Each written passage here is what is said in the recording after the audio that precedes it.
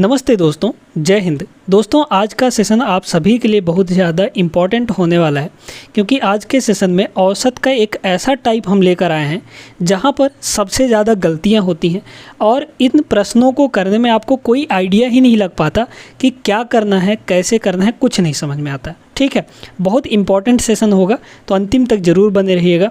पहला सवाल देखिएगा, यहाँ पर क्या दिया गया है।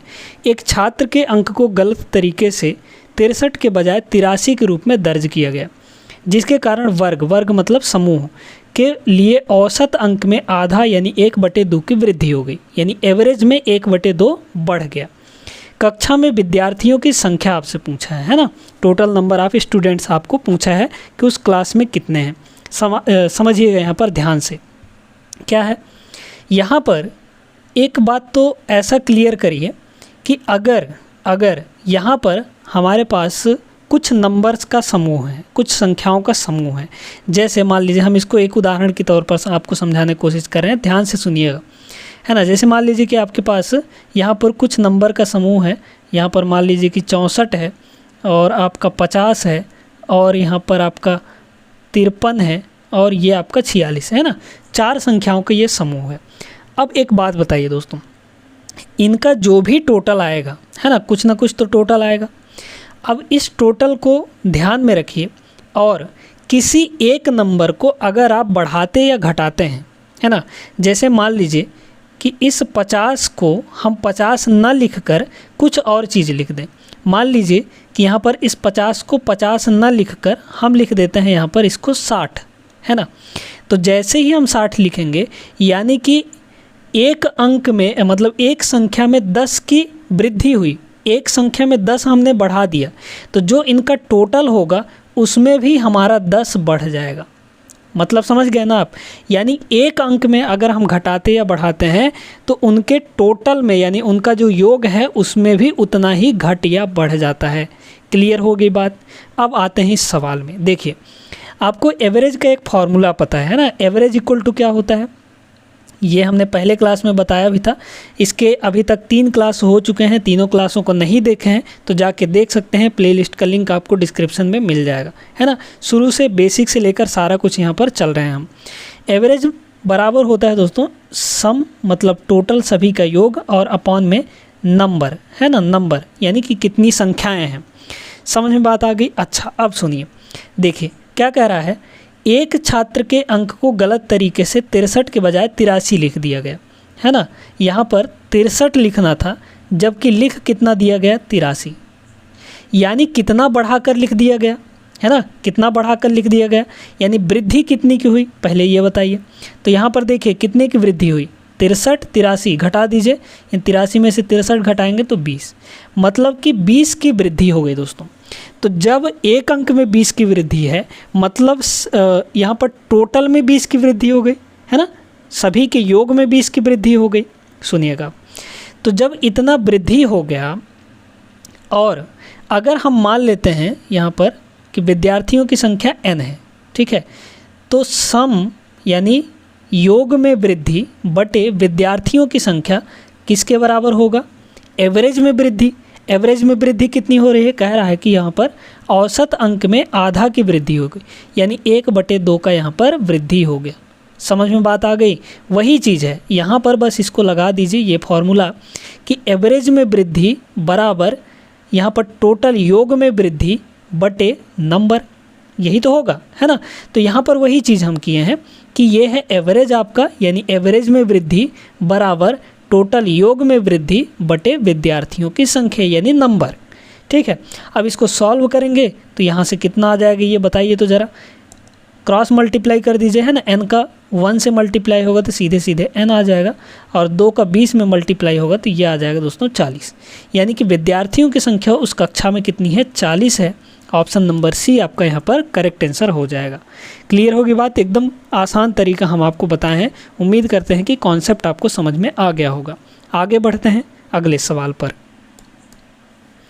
अब देखिए इस सवाल को, ये भी एक बढ़िया सवाल है। 20 अवलोकनों का यानी 20 आंकड़ों का कह लीजिए, 20 आंकड़ों के औसत को 65 पाया गया, यानी 20 आंकड़ों का जो औसत है वो 65 है। ठीक है, ध्यान से सुनते जाइएगा।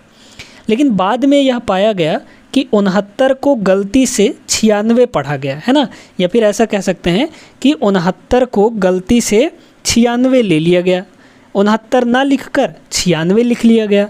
सही औसत का पता लगाइए। ध्यान से समझिएगा दोस्तों, बहुत मस्त सवाल है ना। तो आप कहेंगे कि यहाँ पर टोटल नंबर ऑफ़ डाटा कितने हैं, यहाँ पर n बराबर आपका कितना है, नंबर ऑफ़ डाटा आपके पास 20 है।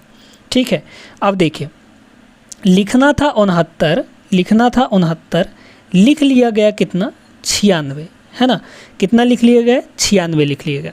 तो जब 96 लिख लिया गया तो टोटल में कितने की वृद्धि हो गई बताइए तो ज़रा, है ना। यहाँ पर भाई 69 लिखना था, सही 69 है, लेकिन 96 लिख लिया गया गलती से। तो गलत मान हमारा क्या है, 96, यानी कितना बढ़ा के लिख लिया गया बताइए। यहाँ पर इसमें से इसको घटा दीजिए, यानी वृद्धि कितने की हो गई। तो 16 में से 9 जाएगा तो 7 आ जाएगा, और 8 में से 6 जाएगा तो 2 आ जाएगा, यानी 27 की यहाँ पर दोस्तों वृद्धि हो गई। ठीक है, 27 की यहाँ पर क्या हो गई, वृद्धि हो गई।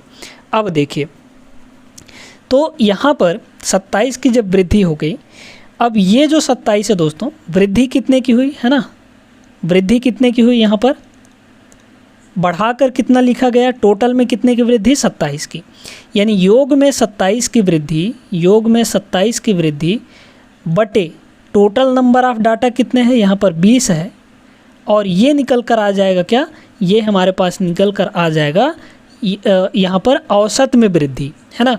तो औसत में वृद्धि कितनी आ जाएगी, इसको आप लोग काट दीजिए। तो 27 का जब हम लोग आधा करेंगे तो कितना हो जाएगा, 27 का आधा करिए, 27 13 दूनी 26, यानी 13.5, 13.5 है ना, 13.5, और बटे में 10 भी है तो 0.1 इधर आ जाएगा, यानी 1.35 आ जाएगा। ठीक है, कितना आ जाएगा ये, 1.35, 1.35 बढ़ गई। ठीक है, अब सुनिए, अब यहाँ पर मज़ेदार तरीका हम आपको बताते हैं। क्या है भाई, गलत ये था ना, बढ़ा कर लिखा गया तो एवरेज इतना बढ़ गया, है ना। यहाँ पर 65 पाया गया, 65 पाया गया, तो 65 ये कब है, जब गलत लिखा गया, यानी बढ़ाकर इतना लिखा गया, है ना। जब बढ़ाया गया तब 65 है, 1.35 बढ़ गया औसत, तब आपका 65 हो रहा है। यानी सही औसत निकालने के लिए जो यहाँ पर बढ़ाया गया औसत है उसको हम लोग घटा देंगे, उतना कम कर देंगे तो हमको सही औसत मिल जाएगा। ठीक है, या फिर इसको ऐसे भी समझिए, ये फंडा नहीं समझ में आ रहा है तो यहाँ पर अगर प्लस का 1.35 आ रहा है तो सही औसत निकालने के लिए इसमें आप उतना घटा दीजिए। अगर वहीं पर इसमें कमी होती तो हम इसमें जोड़ देते, उल्टा काम आपको करना है। ठीक है, तो इस औसत में आपको क्या करना है, 1.35 आप लोग घटा दीजिए। तो 1.35 जैसे ही घटाएंगे तो यहाँ पर ये 0 हो जाएगा, ये हो जाएगा 65 आपका, है ना, 65 हो जाएगा, और यहाँ पर कितना हो जाएगा, 64 बचेगा ना, 64 में से 1 घटाएंगे तो ये हो जाएगा 63, यानी 63.65 इसका सही औसत है दोस्तों। ऑप्शन नंबर पहला आपका यहाँ पर सही हो जाएगा। उम्मीद करते हैं क्लियर हो गया होगा। तो है ना एकदम ज़बरदस्त तरीका। ठीक है, चलिए ऐसा ही एक सवाल हम लोग और करते हैं। चलिए देखिएगा अगला सवाल। तीसरा सवाल ये रहा दोस्तों आपके सामने, कह रहा है 20 मदों का मतलब 20 आंकड़ों का कह लीजिए, उनका जो माध्य है, माध्य मतलब औसती है ना, वो 47 दिया गया है। ठीक है, 20 आंकड़ों का जो माध्य है वो कितना दिया गया है, 47 दिया गया है। बाद में पाया गया कि मद 62 को गलती से 26 लिखा गया है। 62 को 62 न लिखकर क्या पढ़ लिया गया है, उसको 26 पढ़ लिया गया है दोस्तों। 62 न लिखकर, 62 हमारा सही था लेकिन 26 पढ़ा गया जो कि गलत है। यानी यहाँ पर योग में कितने की कमी कर दी गई। अब यहाँ पर क्या हो रहा है, कमी हो रहा है दोस्तों। कितने की कमी हो रही है, तो 62 में 26 घटा दीजिए, कितना आ जाएगा, 12 में से 6 गया आपका 6 हो जाएगा, और यहाँ पर 5 में से 2 गया तो 3, यानी 36 कम करके लिख दिया गया, 36 कमी करके लिखा गया है। ठीक है, तो जब यहाँ पर योग में 36 की कमी है और यहाँ पर टोटल कितने लोग हैं, कितने मद हैं, यहाँ पर 20 हैं, तो डिवाइड बाई 20 हो जाएगा, और यही क्या आ जाएगा, ये हो जाएगा दोस्तों किस में कमी, औसत में कमी, है ना, यानी इतने की औसत में कमी हो जाएगी। तो यहाँ पर कमी निकाल लीजिए, तो काट दीजिए, ये हो जाएगा आपका यहाँ पर 36/2 करेंगे तो 18 आ जाएगा, और बटे 10 करेंगे तो 1.8 आ जाएगा। ठीक है, 1.8 आ गया, यानी 1.8 की कमी हो गई, और कमी होने के बाद हमारा औसत कितना आ गया, यहाँ पर 47 आ गया। कमी होने की वजह से 47 आ गया। तो हमको सही माध्य निकालना है, सही औसत निकालना है, तो 1.8 इसमें जोड़ना पड़ेगा, बस जोड़ दीजिए। तो यहाँ पर 1.8 को हम लोग जोड़ देंगे, जोड़ेंगे तो कितना हो जाएगा, ये हो जाएगा आपका 48.8। 48.8 इस सवाल का सही जवाब रहा दोस्तों। यहाँ पर परसेंटेज नहीं होगा, है ना, सभी का परसेंटेज हटा लीजिएगा, सिर्फ और सिर्फ 48.8 हो जाएगा। क्लियर होगी बात। आई होप कि आप लोगों को समझ में आ गया होगा, और ऐसे सवालों को आप लोग सिर्फ एक लाइन में बनाएंगे अब। ठीक है, आगे बढ़ें, एकदम शानदार तरीका बताते चल रहे हैं आपको, ठीक ना। देखिए दोस्तों, यहाँ पर अगला क्वेश्चन, यदि एक छात्र के अंक गलती से 68 के जगह पर 86 टाइप हो गया, तो कक्षा का माध्य जो है वो 1/2 बढ़ गया। ठीक है, वही वैसा ही सवाल है, बिल्कुल वैसा ही सवाल है, आप लोग इसको कर भी लेंगे, है ना। तो इसको आप लोग करके ना, हम आपको पहला सवाल जैसे ही है, इसको आप लोग करके इसका जो आंसर है वो आप लोग कमेंट करेंगे। ठीक है, चौथे सवाल का जो आंसर है वो आप लोग कमेंट करेंगे, कमेंट करके बताइएगा कि क्या सही आएगा। क्लियर होगी बात। आगे चलिए अगले सवाल पर हम लोग चलते हैं, ये आपके लिए होमवर्क है, ठीक ना। देखिएगा दोस्तों, यहाँ पर ये वाला सवाल है ना, मस्त सवाल है। 6 संख्याओं का औसत 12 है, यदि प्रत्येक संख्या में से 2 घटा दिए जाए तो संख्या के नए सेट का औसत क्या होगा। ध्यान से समझिए इस चीज़ को। ठीक है, इसका उत्तर बिना देखे, बिना पेन चलाए भी आप लोग बता सकते हैं। कितना होगा, 10 हो जाएगा। कैसे होगा, ध्यान से सुनिएगा। देखिए दोस्तों, अगर कितनों भी संख्याओं का औसत कुछ भी दिया हो, ठीक है, तो यहाँ पर 6 संख्याओं का औसत आपको कितना दे रखा है, 6 संख्याओं का औसत आपको दे रखा है 12। ठीक है, अब कह रहा है यदि प्रत्येक संख्या में से 2 घटा दिया जाए, सभी संख्याओं में से 2 कम कर दिया गया, तो औसत में भी 2 कम हो जाएगा। समझ में बात आ गई। यानी जो चीज़ प्रत्येक संख्या के साथ होगा वही औसत के साथ भी होगा। जो घटना प्रत्येक संख्या के साथ किया जाएगा वही घटना औसत के साथ भी घटेगा। समझ में बात आ गई। यदि प्रत्येक संख्या में हम 2 का मल्टीप्लाई कर दें तो औसत में भी 2 का गुणा हो जाएगा, यानी औसत भी हमारा 2 गुना हो जाएगा। समझ में बात आ गई। अगर हम सभी संख्याओं में 5 का भाग दे दें, है ना, तो औसत में भी 5 का भाग हो जाएगा, यानी नए सेट का जो औसत है वो 5 का भाग दे के ही आएगा। क्लियर बात हो गई। तो इसमें कुछ नहीं करना है आपको। जब भी ऐसा सवाल आए कि यानी प्रत्येक संख्या में वो चीज़ घट रही है घटना, तो औसत के साथ भी वही चीज़ कर दीजिए। ठीक है, तो यहाँ पर औसत कितना दिया है, 12 दिया है। सभी संख्याओं में 2 घटा दिया जा रहा है, यानी कि औसत में भी 2 घट जाएगा। तो औसत में जब हम लोग 2 घटाएंगे तो हमारा नया औसत जो है, न्यू एवरेज दोस्तों, वो कितना आ जाएगा आपका, यहाँ पर 10 आ जाएगा। ठीक है, क्लियर हो गई बात। तो ऐसा सवाल आएगा तो आप लोग एकदम बिना पेन चलाए भी आप लोग कर सकते हैं ना। तो पहला ऑप्शन यहाँ पर सही हो जाएगा। समझ में आ गई बात। आगे चलते हैं अगले सवाल में। देखिएगा दोस्तों, यहाँ पर 6वां सवाल है ना। अब इस सवाल को ना हम लोग लॉजिक से बनाएंगे। क्या है, 4 संख्याओं का औसत 45 दिया गया है। यदि इनमें से एक संख्या में 6 जोड़ दिया गया तो औसत अपरिवर्तित रहेगा, यदि बची प्रत्येक संख्या में से निम्न कम कर दिया जाए। देखिएगा, ध्यान से सुनिएगा। कह रहा कि आपके पास 4 संख्याएं हैं, है ना। आपके पास यहाँ पर 4 संख्याएं हैं दोस्तों। ये 4 संख्याएं हमने बना दिया। इन सभी का जो एवरेज है कह रहा है कि 45 है ना। इन सभी का एवरेज जो है 45 है। तो यहाँ पर एक बात समझिए, कह रहा है कि एक संख्या में 6 अधिक कर दिया गया, यानी 6 जोड़ दिया गया। मान लीजिए कि इस संख्या में हम लोग 6 एक्स्ट्रा कर देते हैं, है ना।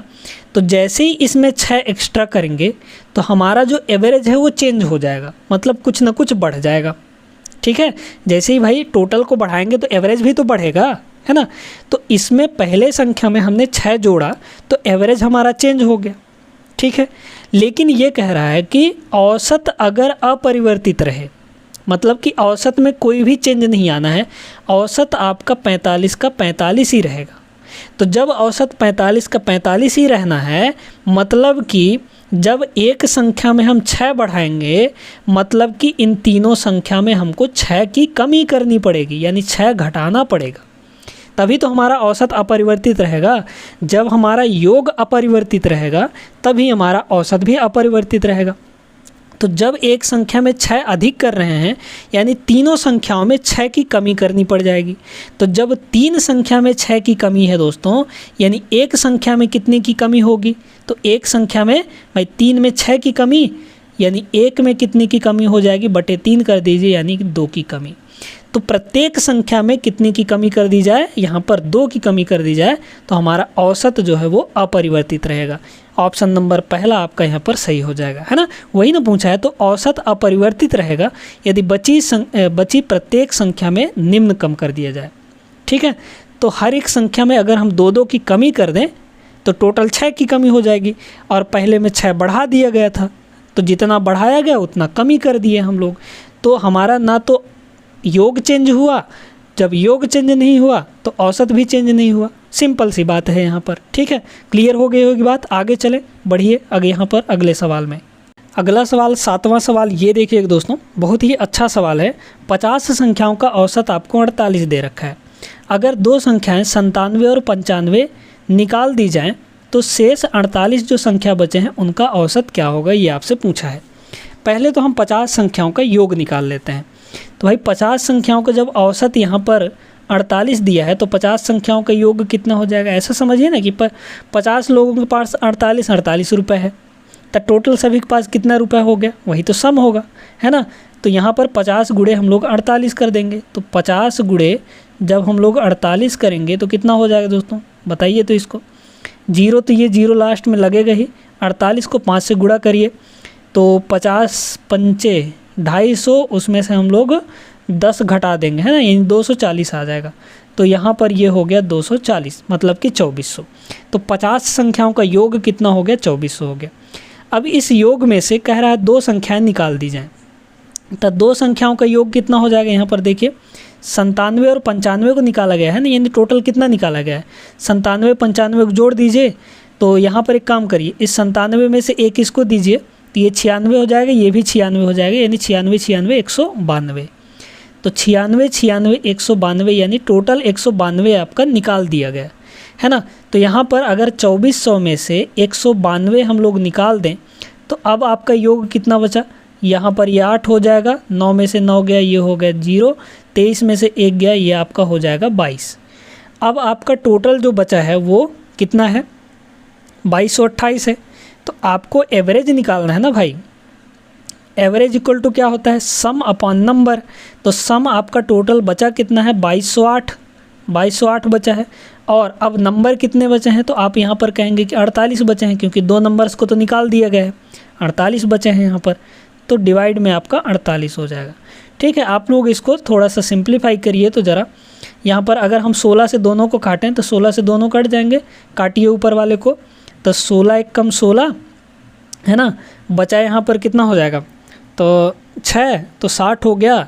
और फिर आपका 16 है ना, 16 त्रिक 48, 16 त्रिक कितना हो जाएगा, 48 हो जाएगा, है ना।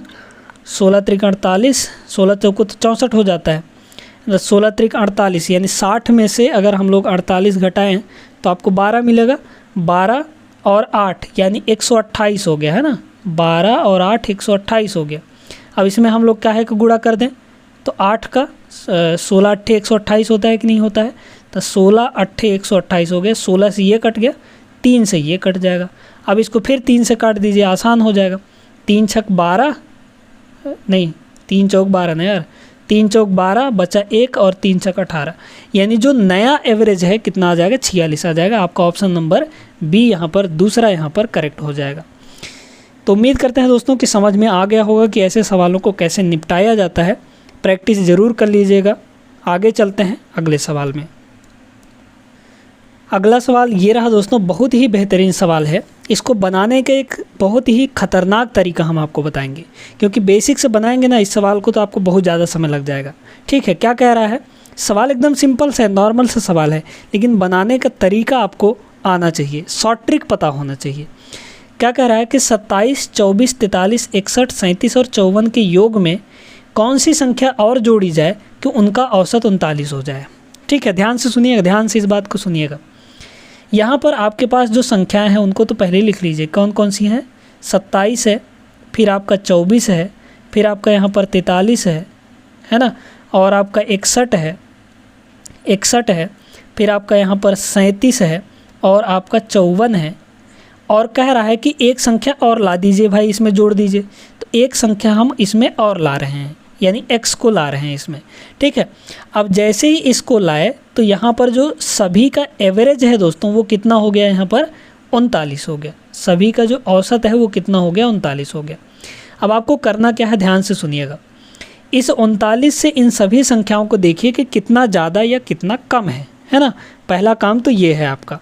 तो 39 से ये 27 कितना कम है, तो आप कहेंगे कि ये जो 39 से 27 है वो 12 कम है ना। 39 में 27 को घटाएंगे तो 12 आएगा, मतलब 12 कमी है इसमें। ये कितना कम है, तो आप कहेंगे कि ये 15 कम है, मतलब 15 की कमी है इसमें। 39 से ये 43 कितना अधिक है, भाई ये अधिक ना है, तो आप कहेंगे कि 4 अधिक है, तो ये 4 अधिक हो गया। 39 से ये 61 कितना अधिक है, तो यहाँ पर आप कहेंगे कि 22 अधिक है ना। कितना हो जाएगा, 22 का अधिकता हो जाएगा यहाँ पर। फिर यहाँ पर ये कितना कम है, 37 कितना कम है, तो 2 कम है।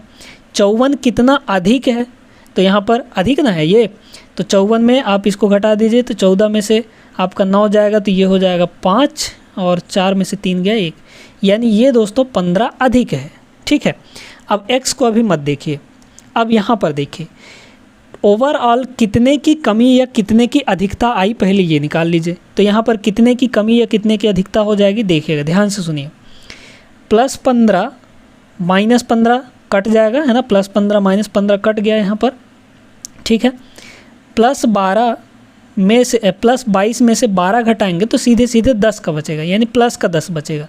ठीक है, प्लस का 10 बचा, प्लस का 10 और प्लस का 4, यानी प्लस का 14 हो गया। प्लस के 14 में से हम 2 घटा देंगे, यानी प्लस का 12 हो गया दोस्तों, यानी प्लस का 12 हो गया। ठीक है, अभी सुनते जाइएगा, प्लस का 12। इन सभी को मिलाकर है ना, x को छोड़कर बाकी जो भी संख्या हैं इनमें 12 अधिक हो रहा है। तो जब 12 अधिक हो रहा है तो औसत को हमको बैलेंस बनाए रखने के लिए इस x में 12 कम करना पड़ेगा हमको, क्योंकि इन सभी में 12 अधिक हो रहा है, एक्स्ट्रा हो रहा है। तो इस x में हमको क्या करना पड़ेगा, 12 कम करना पड़ेगा। और कहाँ कम करना पड़ेगा, तो x की वैल्यू, ये जो बचा हुआ वैल्यू है उसको कहाँ से आएगा, यहाँ से आएगा दोस्तों। यानी इस 39 में से 12 हम लोग कम कर देंगे। ये प्लस में आया है तो आपको माइनस करना है, अगर यहाँ पर माइनस आता तो हम लोग प्लस कर देते एवरेज के साथ, तो आपका x का वैल्यू निकल जाता। तो इसमें से इसको घटा दीजिए, ये आ जाएगा आपका 27, सीधे सीधे आगे 27। तो यहाँ पर 27 आपका ऑप्शन नंबर बी करेक्ट हो जाएगा। वैसे अगर आप इसको तरीके से बनाते तो कैसे बनता, ध्यान से सुनिए। क्या करते हैं हम लोग, यहाँ पर पहले तो इन सभी संख्याओं को जोड़ने में आपका समय लग जाता। 27, 24, फिर 43, 61, 37, 54 प्लस x, और बटे में जितनी ये संख्याएं हैं उसको करते बराबर 39 करते, यानी औसत यही ना 39 है। फिर उसको कैलकुलेट करते, घटाते बढ़ाते, है ना, तो वहाँ पर समय आपका ज़्यादा लग जाता। ये आपका बेस्ट तरीका है दोस्तों। यहाँ पर टोटल देख लीजिए कितने की कमी है, कितने का ज़्यादा हो रहा है। तो हम यहाँ पर कह रहे हैं कि प्लस का 12 आया है, यानी प्लस ज़्यादा अधिक, मतलब +12 अधिक हो रहा है इसमें, यानी इस वाले में हमको 12 कमी करना पड़ेगा औसत को बैलेंस बनाए रखने के लिए। ठीक है, क्लियर हो गई बात। आगे चलते हैं अगले सवाल में। अगला सवाल ये रहा दोस्तों आपके सामने। ऐसा सवाल हम करवा चुके हैं तो आपको इस सवाल को सॉल्व करने में कोई दिक्कत तो जानी नहीं चाहिए। ठीक है, कह रहा है 25 बैग का औसत भार आपके पास 41 किलो है ना। 25 बैग हैं, उनका जो एवरेज भार है वो कितना है, 41 kg है। ठीक है, 41 किलोग्राम है। आगे कह रहा है एक बैग का भार गलती से 56 के स्थान पर 65 शामिल किया गया, है ना।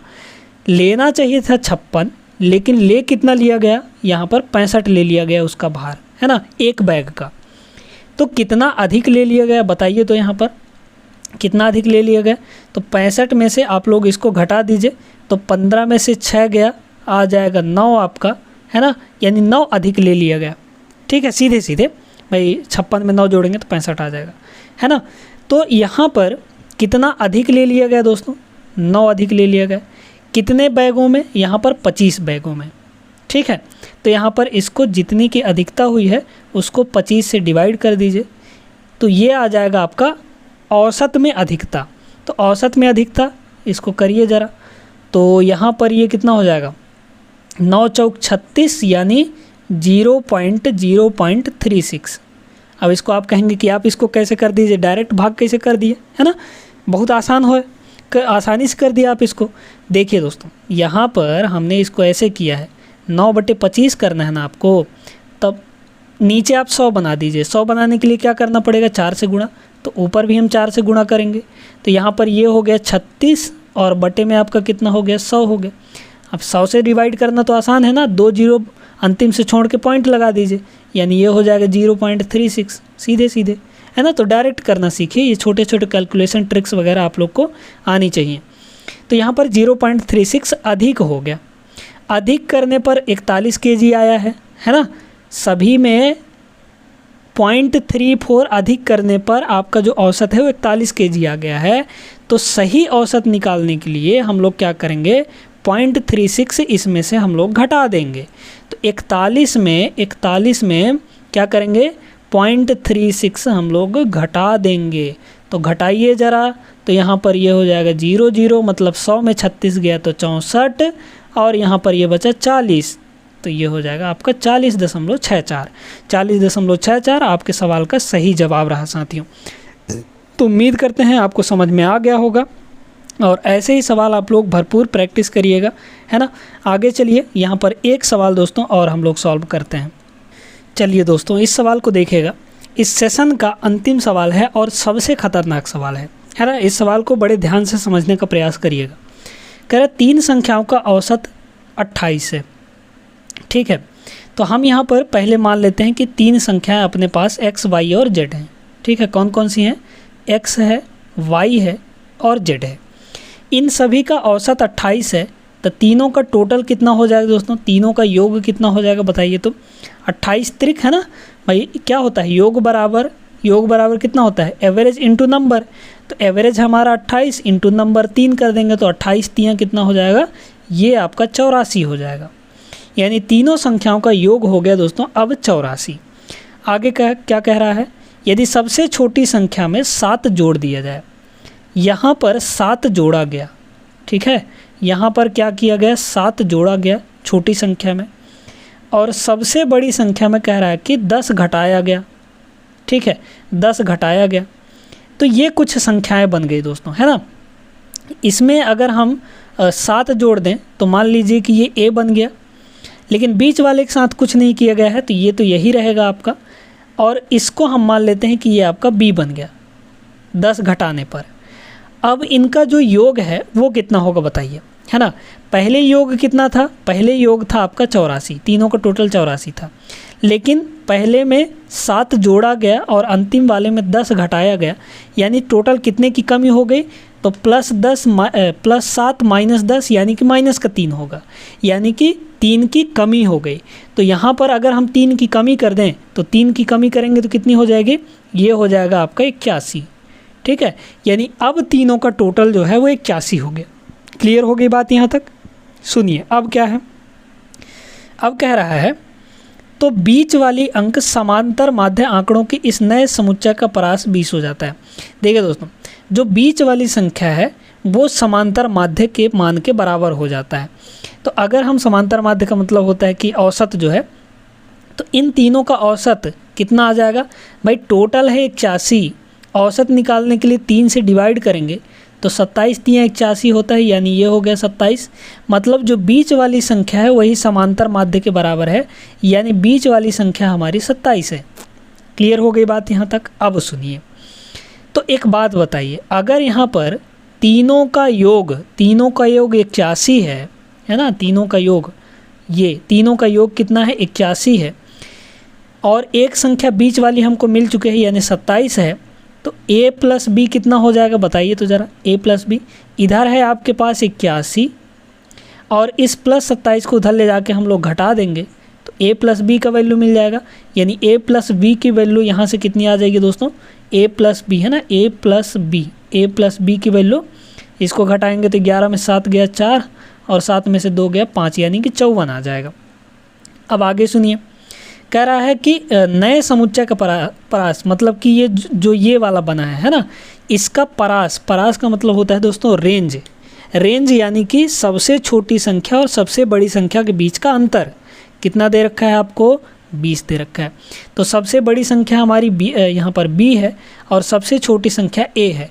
तो b में से a को जब हम घटाएंगे तो b में से a को घटाएंगे और यही वैल्यू आपको दे रखा है 20 के बराबर, यानी ये है आपके पास 20।